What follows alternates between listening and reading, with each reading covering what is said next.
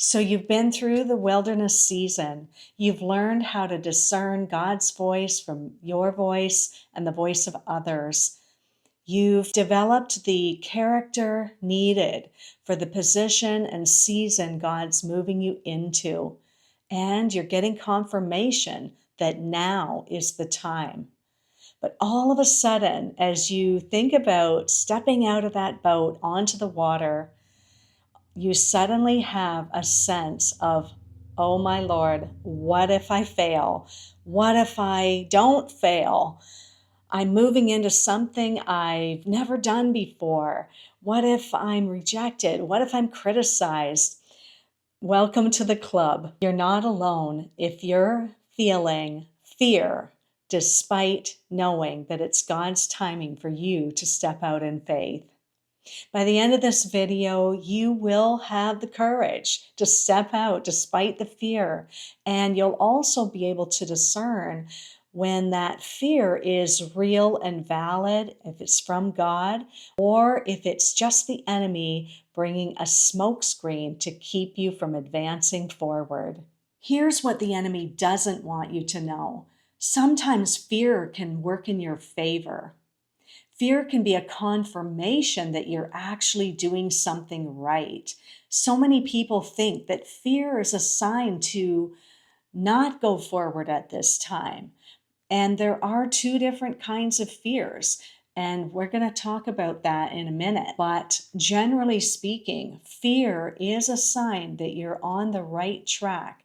And you're also realizing that you can't do what God's telling you to do without Him and without His strength. There's a common pattern we see in the Bible from the Old Testament to the New when people are called, and when they're not ready and when they're ready, the signs are there. So Moses tried to deliver God's people from Egypt one at a time when he killed the Egyptian. And he quickly realized, I'm doing this in my own strength. And he ended up going into a wilderness season to be transformed and come back and do it God's way with God, to his surprise, because he really thought he had messed up and he was done. But God found him in that desert place, and he said, now is the time. So when God came to Moses, he was at a place where he had no confidence left in himself. And yet God called him, and he tried to protest by saying, I can't speak. But God used him despite his inadequacies and his insecurities. Gideon was found hiding in a wine press when God found him and sent him forward into a courageous act of faith. Gideon tried to protest, but once again, God didn't care. He sent him forward anyway. And when Gideon obeyed, God moved in a mighty way and made Gideon into the victorious warrior that he knew him to be. David was the runt of the litter, yet he was called by God to be king. Even the prophet didn't recognize that David was the chosen one out of all his brothers because he didn't look the part. Again, God didn't care what he looked like because God looks at the heart while man looks at the appearance. But God used him in a powerful way, and he did indeed become king. Esther feared the consequences of standing up for God's people, but her uncle Mordecai encouraged her, and she finally came to the point of saying, if I perish, I perish. So she found the courage to move forward in faith. And once again, God did something incredibly powerful through her to save his people. Peter got out of the boat despite his fear and the fear of all his friends behind him. He walked on water more than anyone else in history except for Jesus. And even when he began to sink, Jesus didn't let him sink. He grabbed his hand and pulled him up because he saw his courageous act of faith to step out of that boat onto the water. Have you ever been in a situation where God was asking you to do something that you didn't want to do, and the main reason you didn't want to do it was fear? Maybe he told you to go up to a complete stranger and share a word of encouragement with them. Maybe he was asking you to step out or leave your job and start a business or a ministry. I know when I started to hear God about stepping forward and doing this, I really didn't want to do it. And the main reason was fear, because I had done some YouTube in the past, I had done a podcast years ago, and it did not end well. There was a lot of criticism, there was a lot of trolling, and there was even a traumatic situation that came out of that that kind of kept me in a place of not moving forward for a long time. So when it started to feel like it was time to step out and do this, I procrastinated for as long as I possibly could. It's amazing when you're supposed to write a book or do something, how suddenly your sock drawer needs organizing, or that garage needs to be completely sorted out from top to bottom. We do everything we can except that thing that we're supposed to be doing. And I'm just as guilty as anyone else. But there comes a time when it's more painful to procrastinate than to move forward. And I admit, I confess right now, that was me. So I am now moving forward in this thing God's called me to do. And there is a peace once you move forward. Yes, the fear is still there. There's those butterflies that you feel in your stomach when you get up to speak somewhere. They'll always be there, but we have to put it in perspective and just move forward despite that. So, whatever God's calling you to do, I encourage you, don't do like I did and procrastinate, but start to take steps toward that thing. You're going to have to do it anyway if you want peace and you want to be right with God, and He's asking you to do this thing. Just do it. You know, you're not alone, because so many people have experienced this, and it's all part of our walk with God. Remember in Joshua, God said, be strong and courageous. And that's what He's saying to a lot of His people right now, as He's calling forth an army of people, I believe, to step forward and fulfill their God-given purpose for such a time as this. So whatever God's calling you to do, I encourage you to step forward, be strong and courageous, and move forward in faith. Just take that first step. Don't let yourself get into overwhelm, but take the first step and the next step to get that thing done. Because as you step forward, you're really facing that fear head on. And I find with bullies and fear and intimidation, as you stand up and face it head on and show that thing that it's not going to stop you, it always backs down. It has to back down. Think about David with Goliath. He faced a giant. Was he like 7 feet tall? He was huge. And David was little. We know that he was that runt of the litter. So he did not have an advantage size-wise, but David had killed a bear, he had killed a lion, and whatever it is God's calling you to do, He has prepared you for this next step. As you look back over your life and you think, wow, God helped me through this, God helped me through that, so He's going to help me through this too. We have a history with God, and even if you were just saved today, sometimes there's a boldness that God just implants in us to do that thing that He's asking us to do. So I encourage you to employ that boldness, employ that courage that's already in you. Because as you rise up, you're going to discover a courage and a strength that you didn't know you had. And the job of fear is to keep us small, to keep us down, to keep us in that safe, I use air quotes, safe place, which is not a safe place, because the safest place to be is in the center of God's will. So as you may think, well, I'm going to stay safe over here and not do that podcast or that YouTube channel or whatever it is God's asking you to do, you're actually not safe, because now you're in disobedience. And the umbrella of God's obedience is that safe place we all want to be. So I encourage you that even if you're filled with fear and the fear feels overwhelming, first of all, you can pray against that.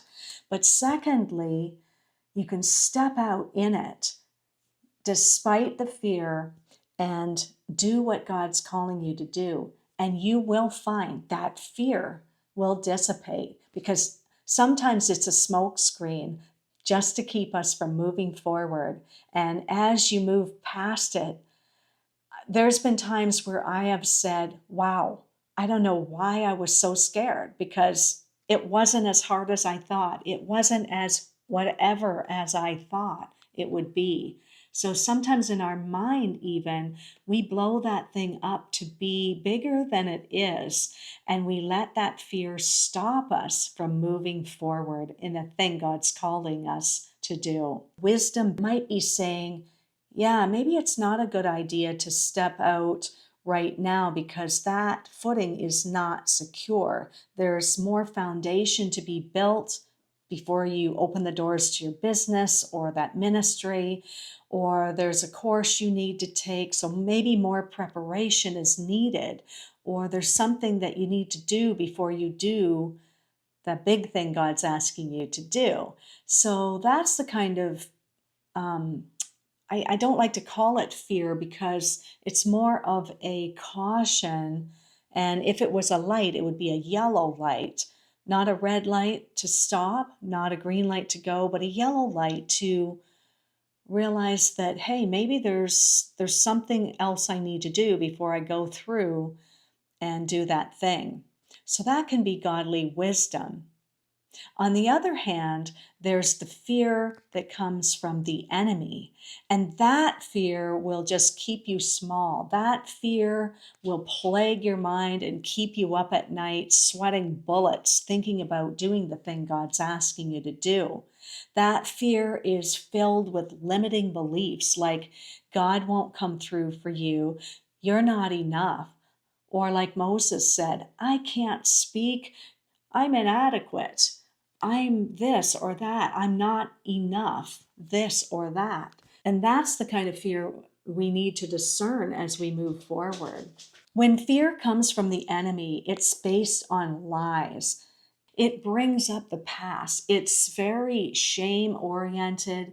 It brings analysis paralysis and keeps you in a place of indecision and always questioning whether it's of God or not. Just like the enemy questioned Eve in the garden, did God really say that thing? So it brings doubt, it brings a lack of confidence, and it messes with your clarity as far as knowing exactly what God told you to do. It'll bring those questions to your mind to usurp your confidence to move forward. And it serves to keep you stuck indefinitely and never taking that first or next step forward. But here's what a lot of people don't know about fear. When fear comes from the enemy, it actually can be a confirmation that you're doing the right thing. Fear comes because the enemy is threatened by you moving forward in obedience with God, because his kingdom will be damaged and even destroyed as you move forward in faith. Here's the truth about fear. Fear is normal. All the heroes of faith in the Bible felt fear, but they moved forward in obedience anyway, and their names are recorded in history because of it. Fear is not a stop sign. In fact, it's a confirmation to keep moving forward once you discern the source of that fear. And finally, Courage is not the absence of fear. It's moving forward anyway to do that thing God's called you to do, like this mini course. So here's a faith in action framework to move forward even despite the fear. Number 1, acknowledge it and cast it out. God has not given us a spirit of fear, but of power, love, and a sound mind. Secondly, check the source. If it's God, then do whatever that preparation step is so that you can move forward in faith. But if it's the enemy, push through that faith and take that action step anyway. And you'll find on the other side of that, it wasn't nearly as bad as he led you to believe it would be. And you might even enjoy that step of faith God's asking you to do. Third, remember God's faithfulness. Look back and remember the things he's done for you before as you stepped out in faith. And know that just like David, when he killed the lion and the bear, it gave him courage to kill the giant. Number 4, take just one small step forward. As you do that, God will put a light on your path to take the next step. Everything is just one step at a time. And sometimes we get overwhelmed when we look at the 10 or 20 steps involved. But if you focus just on that next step, you'll be able to move forward at one step at a time. And finally, expect God to show up on your behalf. When we move, he moves. It's like when we go to the grocery store and you move toward the door and it automatically opens. It's as you step forward in faith that God will open doors before you and lead you to places you never imagined. So here's a couple of coaching questions to move forward this week. What is one step, just one step that you can take this week to move forward in faith? Who can you call for encouragement? What scripture could you stand on to give you courage to move forward? And finally, what's something you can do to celebrate your act of courage? That fear you're feeling is not disqualification. It's natural to feel fear as we move into unknown territory to do things we've never done before. God didn't bring you through that wilderness season just to stay stuck. The enemy is terrified at the thought of you moving forward in your God-given purpose. But as you take that step of faith, it's going to have a ripple effect on other people. Not only will that thing you're doing help somebody, but others might be looking on and they'll be encouraged to take a step of faith because you have. So take that step of faith and let God use you. You might be amazed at what he does through you as you take that simple step of faith. He is with you and he is for you. And he's even more excited about your success than you are as you move forward in faith to do what he's calling you to do. Someone out there is waiting for you to have the courage to move forward because they need what you have. They need the solution that you're bringing to their problem. And some people just need hope and encouragement. So I encourage you to step forward and do that thing, even starting this week. If you want one-to-one coaching or more encouragement to move forward in faith, I have a limited number of coaching calls available this week. So click the link below and let's talk about what it will take to get you moving forward in faith, because now is your time to move forward and flourish. Thank you for watching.